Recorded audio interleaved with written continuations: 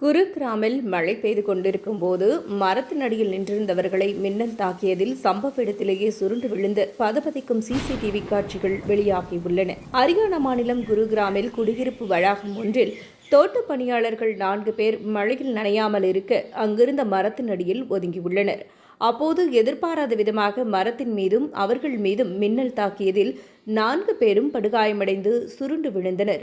இந்த காட்சிகள் அங்கிருந்த சிசிடிவி கேமராவில் பதிவாகியுள்ளது.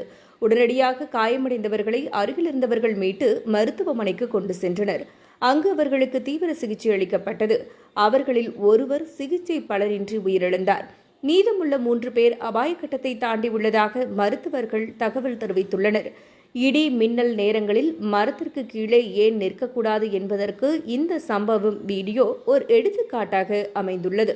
மழை பெய்யும் போது வெட்டவெளியில் நிற்பது மிகவும் ஆபத்தானது. அதற்கு பிறகு மரங்கள் கீழ் இருப்பதே மிகவும் ஆபத்தான நிலை என்பதை நாம் உணர வேண்டும்.